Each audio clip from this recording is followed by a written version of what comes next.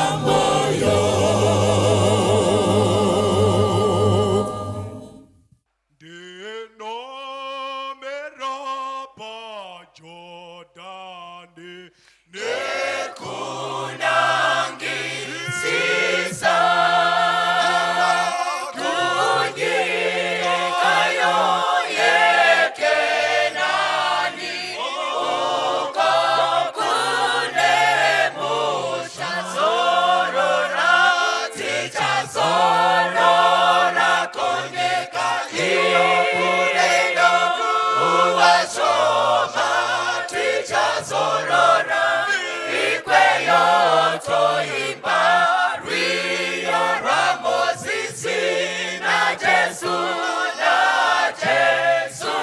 tichazogara komo akanaka koreko kopenya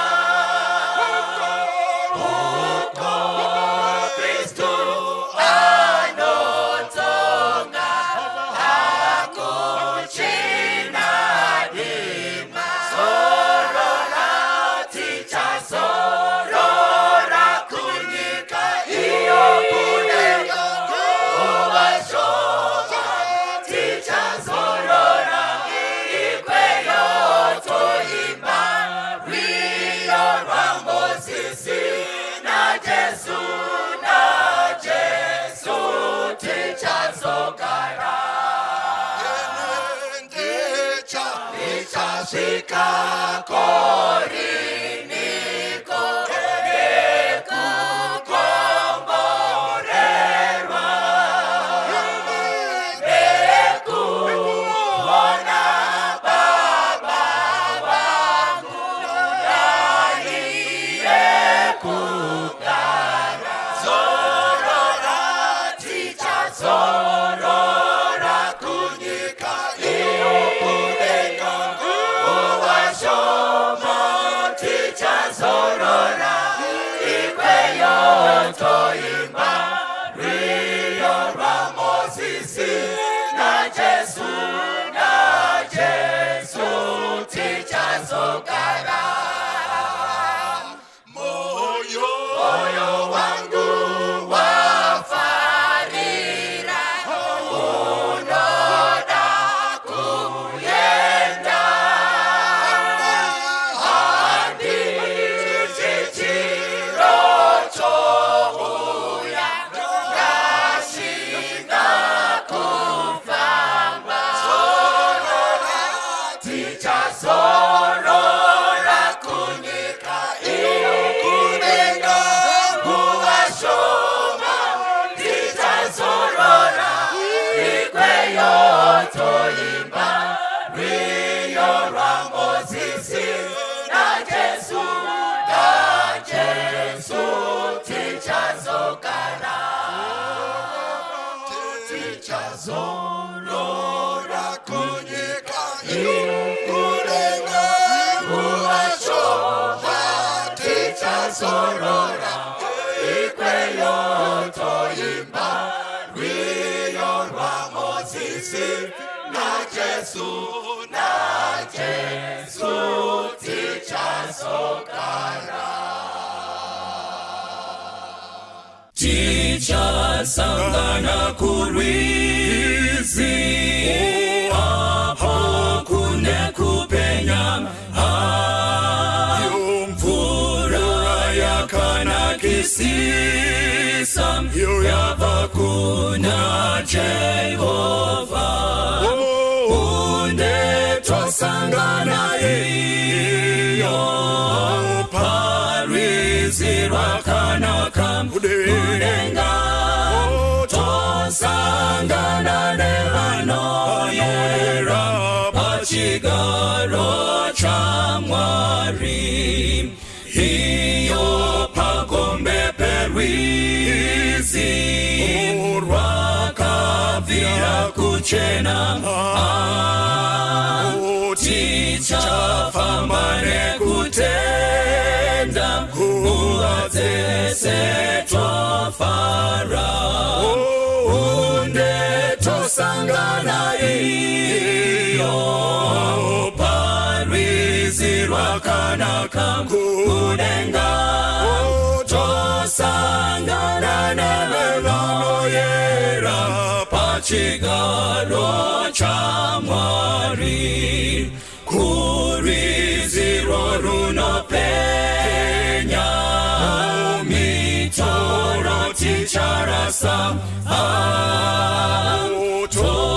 tosunungurwa ngemutsa togashira chiremba unde tosangana iyo moyo parizirwa kanaka kudenga tosangana nevanoyera pachigaro cha Mwari tosvika nekukasika nerwendo ruchapera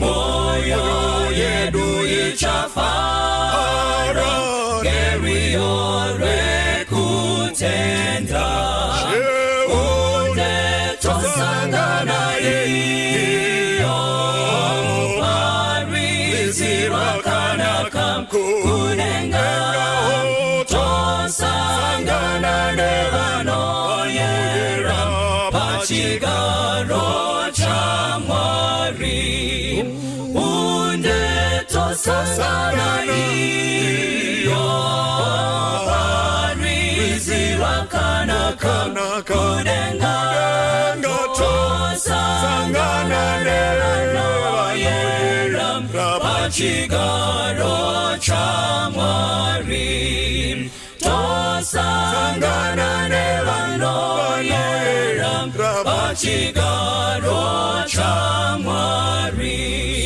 tosangana nevanoyera pachigaro cha Mwari.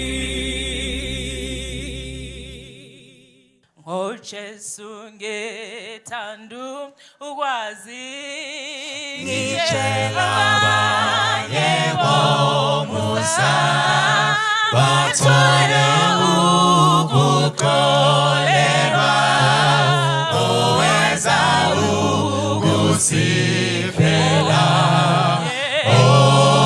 okunye ngoJesu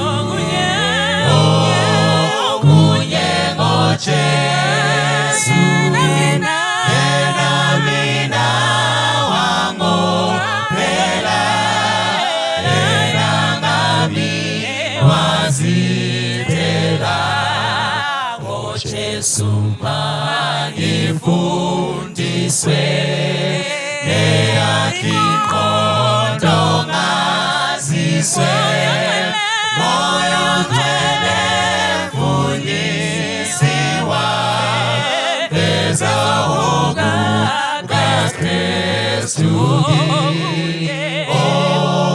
okunye ngoJesu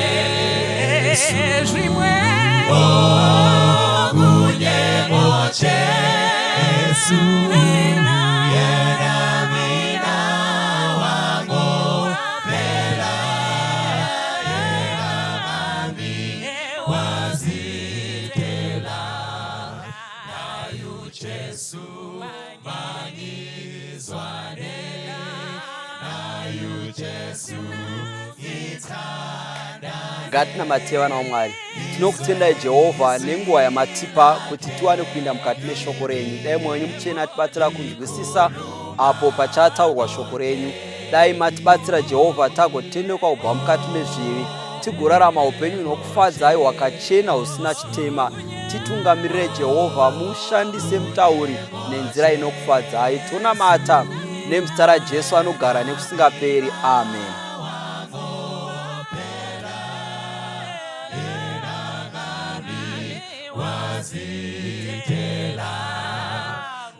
Jesu na bubukosi izengihlavelo nkosi ibabazangi ngajuli ari udlu lokuthula okunye ngoJesu Jesu yena mina wango phela yena ngami wazitela. Kwaziwai vana vaMwari toda kutenda Mwari nemukana wavatipa ndokudaidzai pano nekukukokai vama neshamwari pasungamusana revhesi redu rinonga kuna madzimambo vekutanga chapter 10 verse 1 to 6 inoti, zvino mambokadzi weShebha wakati anzwa mbiri yaSolomoni pamusoro pezita raJehovha, akauya kuzomuidza nemibvunzo mikukutu. Akasvika Jerusarema navanhu vazhinji, namakamera aitakura zvinonhuhwira, nendarama zhinji zhinji, nezvibwe zvinokosha. Zvino wakati asvika kuna Solomoni, akataurirana naye pamusoro pezvose zvaiva mumwoyo make. Solomoni akapindura mibvunzo yake yose. Hakune chinhu chakanga chakavanzirwa mambo chakanga asingagoni kumuudza. Zvino mambokadzi weShebha wakati avona kungwara kwose kwaSolomoni, neimba yakanga avaka, nezvekudya zvaive patafura yake, nokugara kwavaranda vake, nokushumira kwavabatiri vake, nenguo dzavo navadiri vake, nechikwiriso chake chaaikwira nacho kuimba yaJehovha, akapera mweya. Akati kuna mambo, gura ndakanzwa munyika yangu ramashoko enyu nokungwara kwenyu rakanga riri razvokwadi. Verse 7, asi handina kutenda mashoko iwayo kusvikira ndavuya. Ndikavona nameso angu, asi tarirai, handina kuudzwa kunyangwe hafu yazvo. Kungwara kwenyu nezvakanaka zvenyu zvinokunda zvose zvandakanzwa. Mwari varopafadze kuverengwa kweshoko ravo. Musoro wenyaya unoti, ndakatadzei. Pane patinochema tozvibvunza, when we become victims out of a well calculated deception. Tove victims mukurukwa kwesoro, zvekuti tinobvunza Mwari, maivepi? Ndakareshei Mwari?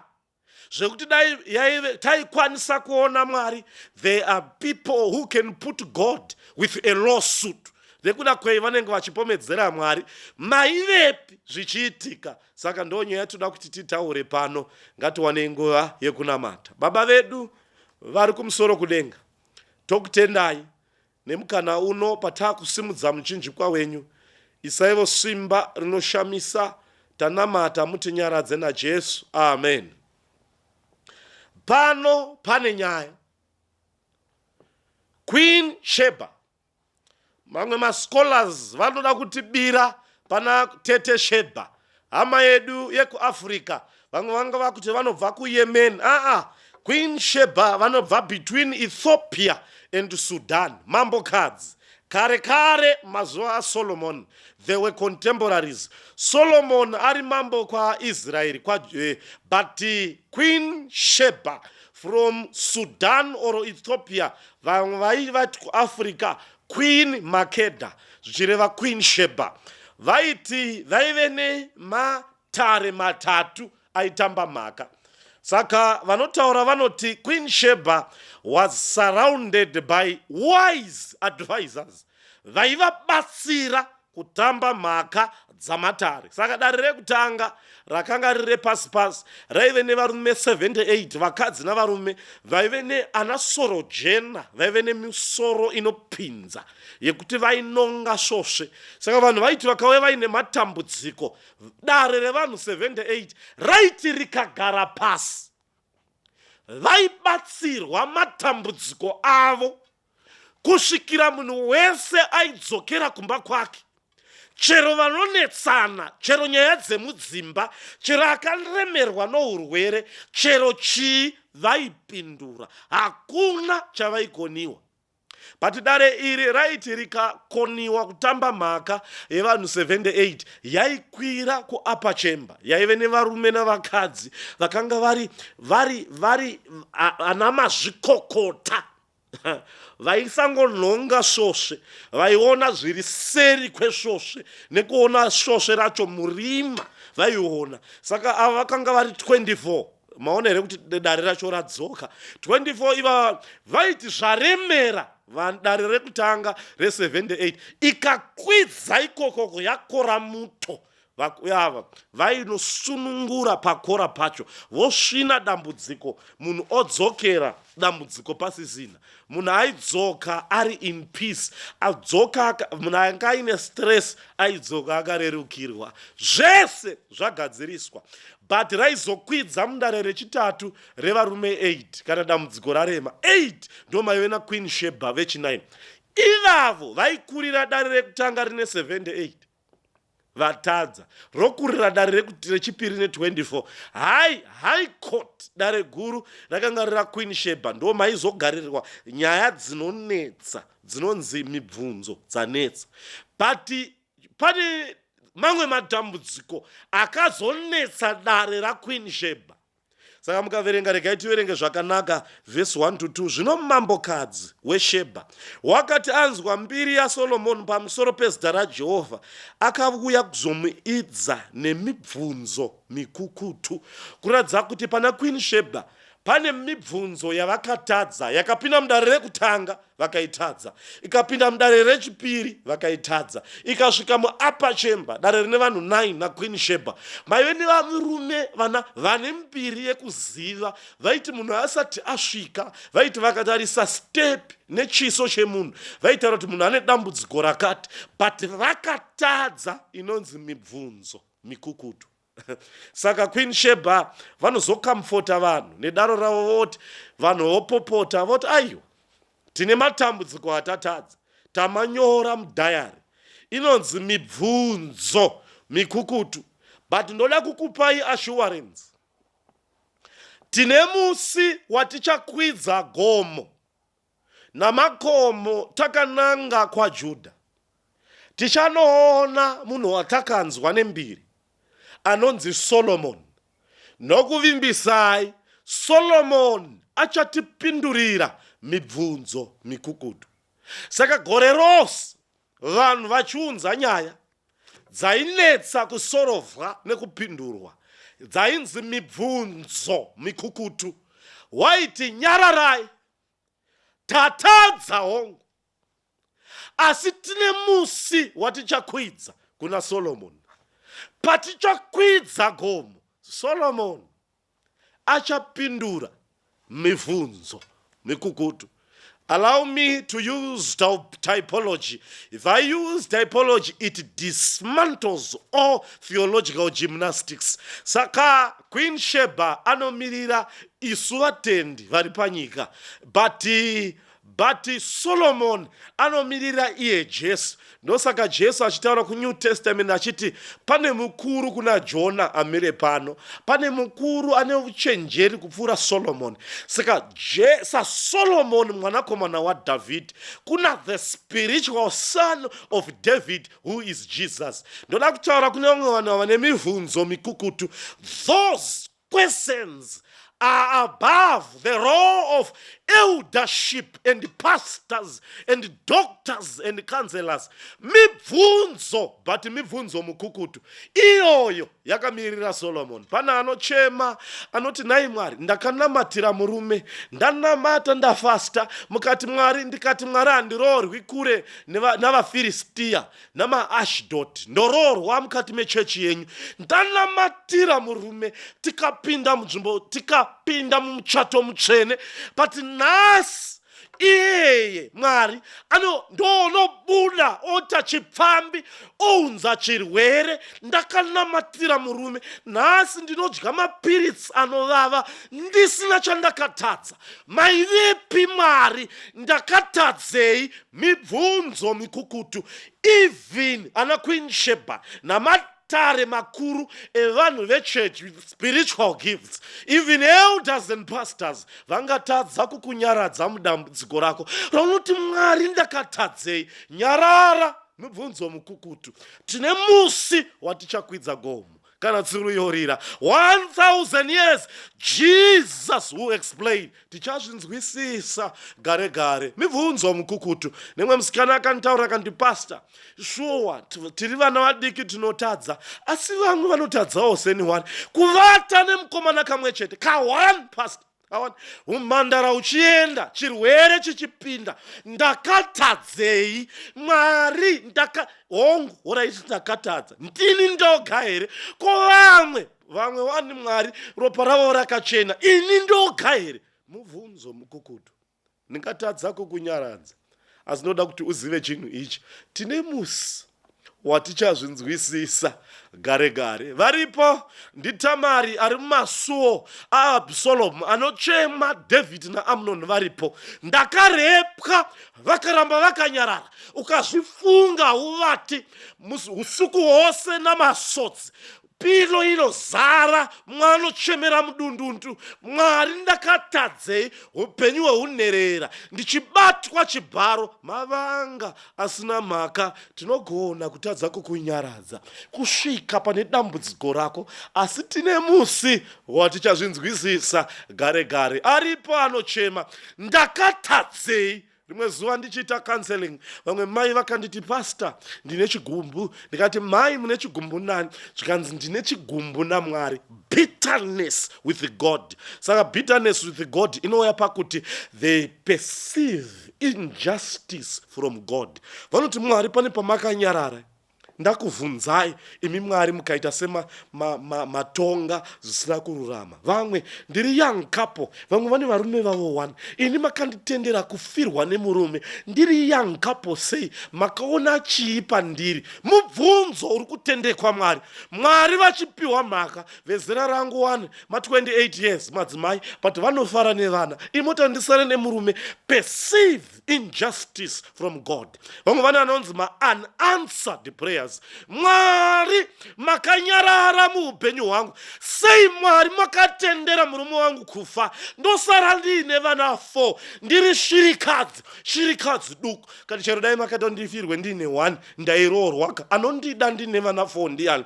Vane musengwa, mubvunzo mukukutu awandisingagoni kana uyo nani anogona kuupindura. Asi ndati nyarara my day, tichazvinzwisisa gare gare.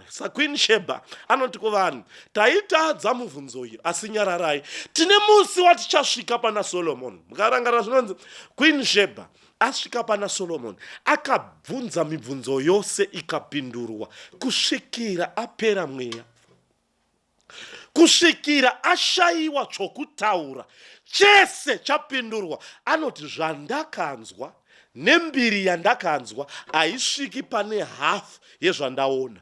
Kuratidza kuti tine mibvunzo yatisinganzwisisi, but when we shall touch the walls of jasper at the sea of glass, Revelation 15 verse 2 to 5, tichapa a doxology of a song of the 144,000. Toti Mwari theodis, toita inonzi vindication of God's character. Kutonga kwenyu Mwari kwakarurama. Ndanzwisisa Mwari. Sei Mwari manga makanyarara apa? Mwari vachapindura, vachageza maoko sedhishi rakagezwa naPilate. Pawaichema handina mhaka, ngirozi dzangu dzaichema newe murima. Uchiwana chirwere taichema newe mudambudziko, but taiziva kuti unogona kutsungirira. Faithful 7. Mwari mainyararirei. Varipo vakaomerwa namatambudziko vanoti Mwari ndakatadzei. Pamaisiya zvichiitika maivepi Mwari? Zvese zvichindiwira, where were you God? Vanoti Mwari ndakatadzei. Vamwe vakadismisswa mabasa, vamirira Mwari pasabata, akava marovha, chikero chefenesi chikatsvuka ropa. Saka pana Daniel chapter 3 vanoti Mwari ndakatadzei. Ndakumirirai wani Mwari, nhasi ndinogwesha neurovha, but basa ndisina, ndiri faithful before God. Izvozvo tinogona kushayiwa anza nhasi, but tine musi watichazvinzwisisa gare gare. Aripo anochema anoti ndava kuma40s. Mwari makataura wani kuti tisarorwa kumaAshdod, tisarorwa kuvaFiristia. Ndave into my late 40s. Vanoseka nevanonyeya, but ndinoshayiwa Mwari anondiridzira muridzo wekuti nhai misi tete chimbomirai timbotaura. Kana anondiyemurai Mwari munyama here sezvinotaura nyika. Ndakamira chegumi ndinobvisa, macamp meeting ndinoenda, mayouth camp ndinozviita strategic positioning, but ndashayiwa Mwari anondipinza mukati momuchato. Ndine mubvunzo pamberi paMwari, kuroorwa kana kusaroorwa. Izvozvo hazvitishayisi kudenga. Mibvunzo mikukutu yandisingagoni kupindura. Kana uyo anogona kukunyaradza, anogona kushayiwa anza. But kana taponeswa, tichazvinzwisisa gare gare kuti sei Mwari makatendera dambudziko iri. Mubvunzo mukukutu wandisingagoni kupindura, but Mwari uchaupindura. Ari pano chema, Mwari takabva munhamo nemurume wangu tichidanana, mari yawanda, nhasi unondisiya nevana, anoenda negirlfriend, ndikoko mwakawana pension, anonotengera girlfriend imba, indosara ndichiloja kukuwadzana. Ndakatadzei Mwari, pese tabva munhamo, nhasi zvondiwana ndiri mudambudziko, ndine mubvunzo mikukutu, sei Mwari makatendera ini ndichikunamatai. Mibvunzo mikukutu yandisingagoni kupindura, asi Mwari nerimwe neramazuva Mwari uchapindura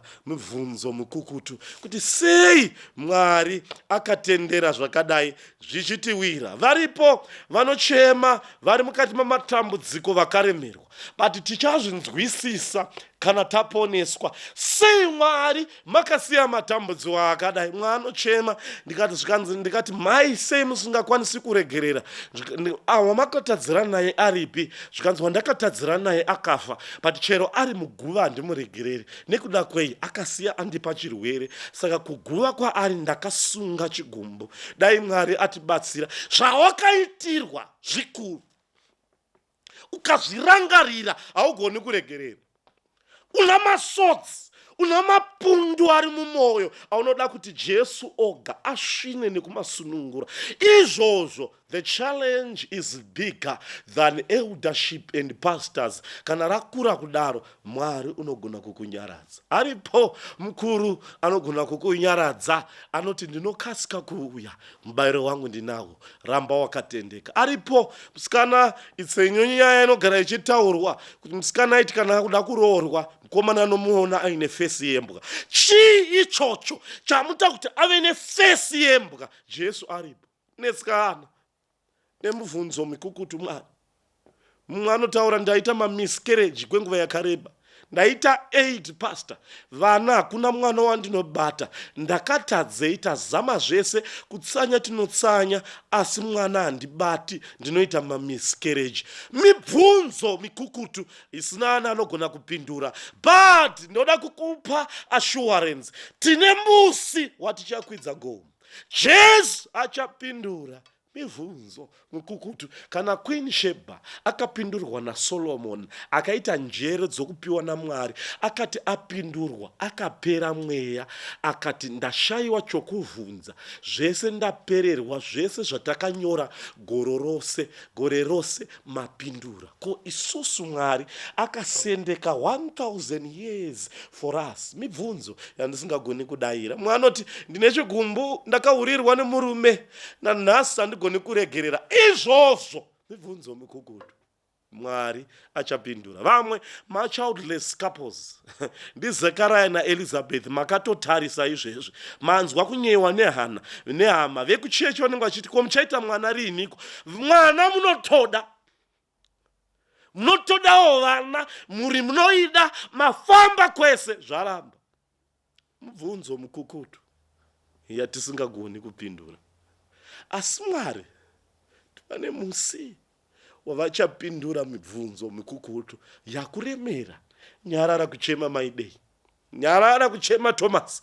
Mwari achabvisa masodzi. Aripo akakurira unherera, akachengetwa, haazivi dzinza rake, anochema namasodzi, akanareterwa nevakamuchengeta paorphanage, takakunhonga mubhini.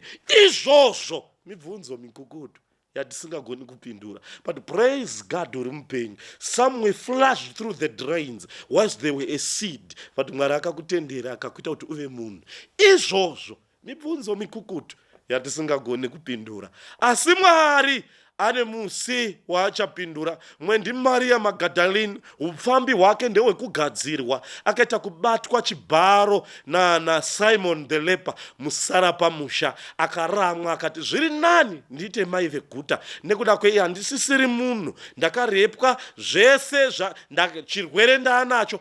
Izvozvo mibvunzo mikukutu yandisingagoni kupindura, but tine musi watichanzwisisa. Hama yangu kundiita zvakadai, izvozvo mibvunzo mikukutu. Queen Sheba akandobvunza mambo Solomon, zvinonzi akapindura, akapera mweya. Kupera mweya kushayiwa kana nechimwe. Tine musi watichapfugama pamberi pechigaro chaMwari, patichakanda macrowns anonzi maStefanos, patichamakanda pasi toti Mwari, worthy is the Lamb. Mwari, kutonga kwenyu kwakarurama. Anondichemera, ndakarambwa musi womuchato, ndaroora zvese ndaisa, but Mwari musi wekudeclare anonditi andafunga handichadi, kundinyadzisa here pazere vanhu. Izvozvo mukunyadziswa tine musi watichazvinzwisisa gare gare. Pane musi watichazvinzwisisa gare gare matambudziko akatiwira. Mwanochema, ndine kensa yakabvepi? Mwari ndakatadzei, basa renyu ndakabata 1, unoita munamato waHezekaya. Check my service record, ndatoudzwa kuti handichina 2 years. Mwari ndakatadzei kuita kensa muripo? Mubvunzo mukukutu singagoni kupindura. Asi Mwari ane musi waachapindura mavanga ari pavana vake, ingava mibvunzo yatisinganzwisisi. Kungadai Mwari atitira zvakanaka. Chii chimwe mukada kucherechedza munyaya iyi, the millennium, vanotaura vanoti the millennium is not going to be anthropocentric centered, but it's going to be theocentric centered. Mwari ndiye anenge ari for 1000 years ari munguva yekuinvestigatwa, yekuexaminwa navatsvene, vachibvunza mubvunzo. Mwari achati, gara pachigaro chananga ndakagara, voisa review yenyaya yako, voti dai uri iwe ndeipi solution yawaita mudambudziko rako. Uchati, Mwari, solution yamakaisa panyaya yangu nenzvimbo yangu ndo yanga yakafanira. Mwari, kutonga kwenyu kwakarurama. Ndoziva aripo anochema, izvozvo unochema mavanga pasina mhaka, but nyarara, tine musi watichakwidza gomo reZioni. Mwari raachapindura zvinotiremera. Kurunzirwa takarunzirwa misi yese, asi gare gare kana tazokunda chii chichaitika? Mwari achapukuta masodzi, Mwari achapindura. Saka Mwari anopindura oti, the same position that I was when Christ was crucified, that was the same position that I was when you were in a challenge. Pawaiwirwa namatambudziko zvichikumonera ndaivepo. Mwe nhasi ari pawheelchair, nhasi mwe ari paurwere, anochema achiti, Mwari, ndakareshei, ndakatadzei. Chero zvikadaro, ramba wakabatirira. Jesus is coming again. Jesu unokasika kuuya. Mwari akasazvipindura nhasi, tine musi watichati kana tamuka kubva mumakuva, tsuri ichirira, Jesu achiuya 1000 years takagara patafura, Mwari achapindura dambudziko rimwe nerimwe. Chii chakunetsa mwana waMwari? Nandizivi pachanoda kuti ndikuudze, tine musi watichapindurwa mibvunzo mikukutu yatisingagoni kupindura. Mwari achatinyaradza oipindura. Batirira, Jesus is coming soon. Jesu ari kukasika kuuya. Kungadai Mwari akubatsira wachengeta kutenda, nekuti mukomana anokasika kuuya. Ngatiwane nguva yokunamata, Mwari akunyaradze. Usabuda muchechi, rega vaseki vaseki, rega vanonyomba vanyombe, rega vanonyeya vanyeye. Iwe chechi usabuda. Batirira pamupendero wenguo. Nemwana ochema, Mark chapter 5. Pastor, ndinobuda ropa for many years. Namai vakachema, mkazi nomurume. Pastor, tapfuura 5 years. Mchato wangu wakubvaruka. Mkazi anobuda ropa for 5 years. Mwari, muchato wadzima, rudo rwadzima, sei Mwari zvakadaro? Gona kuva mubvunzo mukukutu. Mwana mafibroids namacyst wakadeclarewa kuti mwana haumubati, zvanetsa, wafamba kwenguva, muchato wakusheka, izvozvo ungava mubvunzo mukukutu. Tine musi Mwari wachapindura zvakatiremera, asi chakakosha, ramba wakabatirira. Never turn back, never back off. Tine musi watichasvika gomo reZion, Mwari pawachapindura. Ngatiwane nguva yekunamata. Baba vedu vari kumusoro kudenga, tokutendai panguva yakadai. Nyaradzai vane mibvunzo yekuti Mwari ndakatadzei, Mwari ndakaresvei, vane mibvunzo asi mibvunzo mukukutu. Ini kana ivo kana uyo haagoni kuupindura, asi imi mune anza.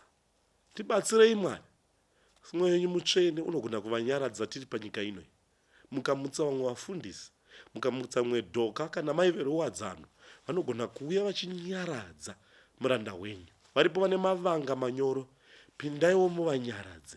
Varipo vakasungirira vasingagoni kuregerera, zvakaoma Mwari. Vabatsirei, vatungamirirei, asi itai kuti vasasiya kutenda. Nekuti tinoziva kuti nemusi uyo Mwari muchatipindura. Tanamata. Amen. Musandipfure tenzi, inzwa ndochema, apo madaidza vamwe. Musandipfure, muponesi, inzwa ndochema, apo madaidza vamwe. Musandipfure, ndipenyiwo wenyu mutsa, ndinokumbira, ndiri kumupfukamira nekudawira. Muponesi, inzwa ndochema, apo madaidza vamwe. Musandipfure,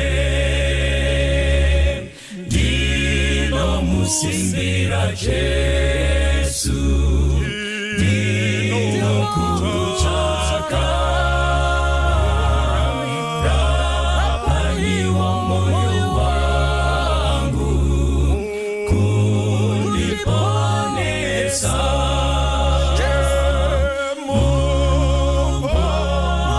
Muponesi, inzwa ndochema, apo madaidza vamwe. Musandipfure, muritsimbe rangu tenzi, zvene upenyu, hakuchina mubatsiri, asi Jesu.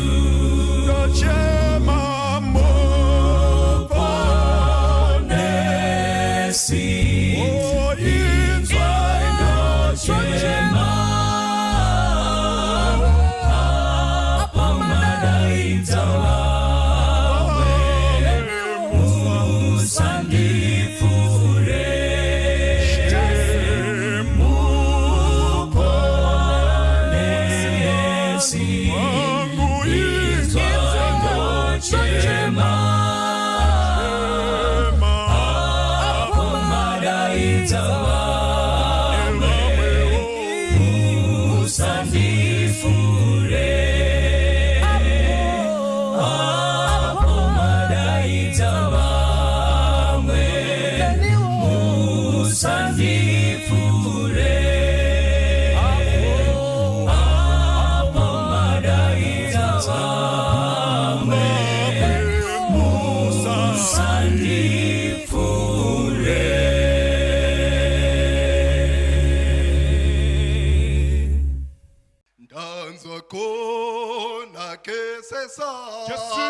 Jesu aponesa, iroso sokoraura. Jesu aponesa, siwisa ikatese, kumiri yokwenyanza, tenzi anotituma. Jesu aponesa, tumira nipanyanta. Jesu aponesa, utanyi manyangati. Jesu aponesa, ibanyi oshizua.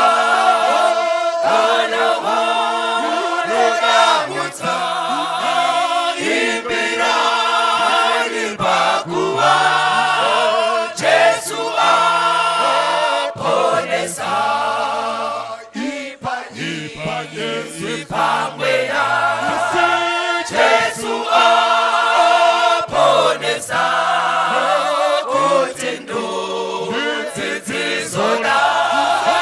Jesu aponesa, naita kuponesa, mumako moneninga, riore kukurira. Jesu aponesa, izipamweya.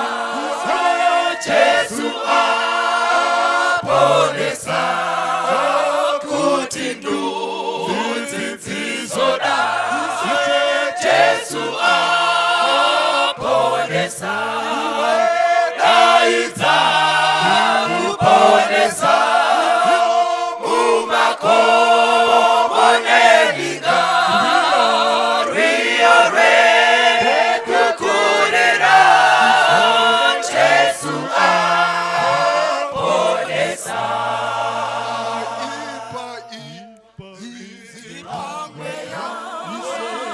Jesu aponesa, kutindu titizoda. Jesu aponesa, naita kuponesa, mumako moneninga, riore kukurira. Jesu aponesa.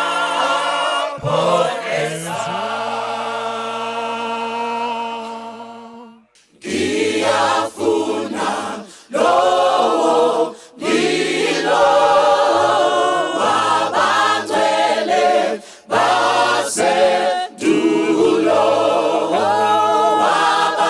wabaqondise ezulwini, elesimi ngengozini. Upinkosi lowo moya oMawulu Abrahama,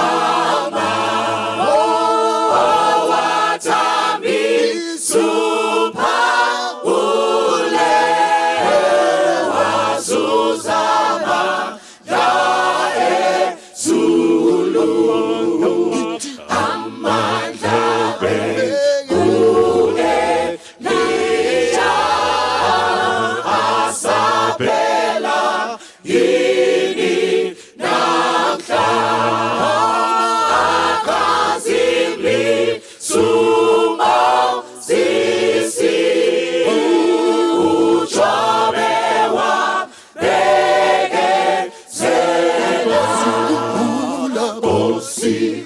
Osikhumbula endulo, induthele uza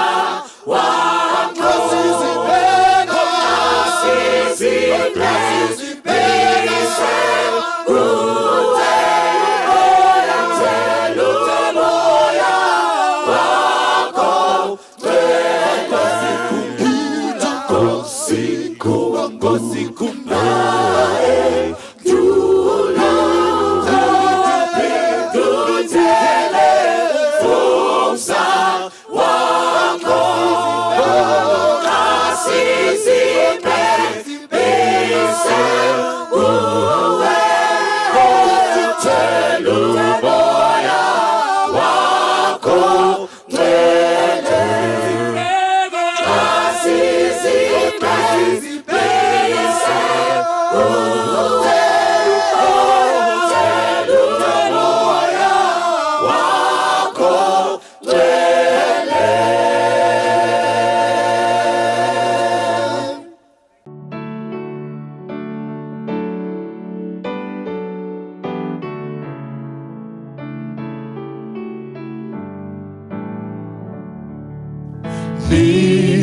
Linganika liphaminibo nani iziboniso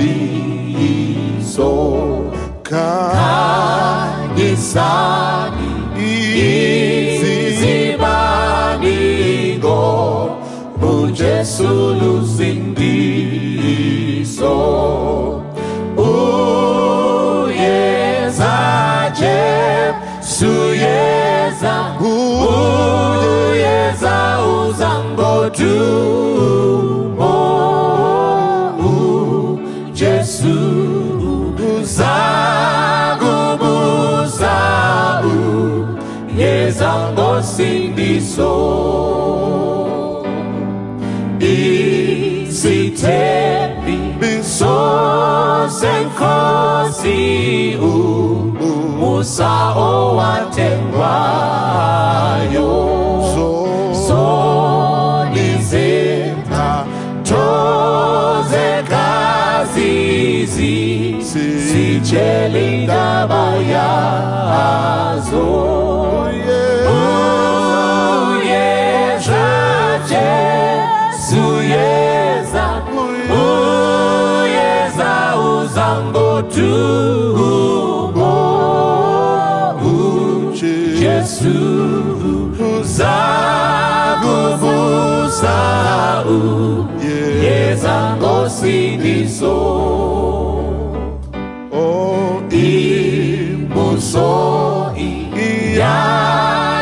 iyachitheka yizwa asondekehleza ngomsa owandilelanda ilongo limpempeza uyeza Jesu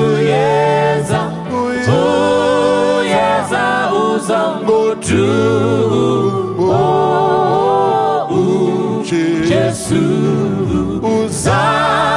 uzakubusa uyeza ngosindiso ni kuKristu yangusagu yise usanimele hangisani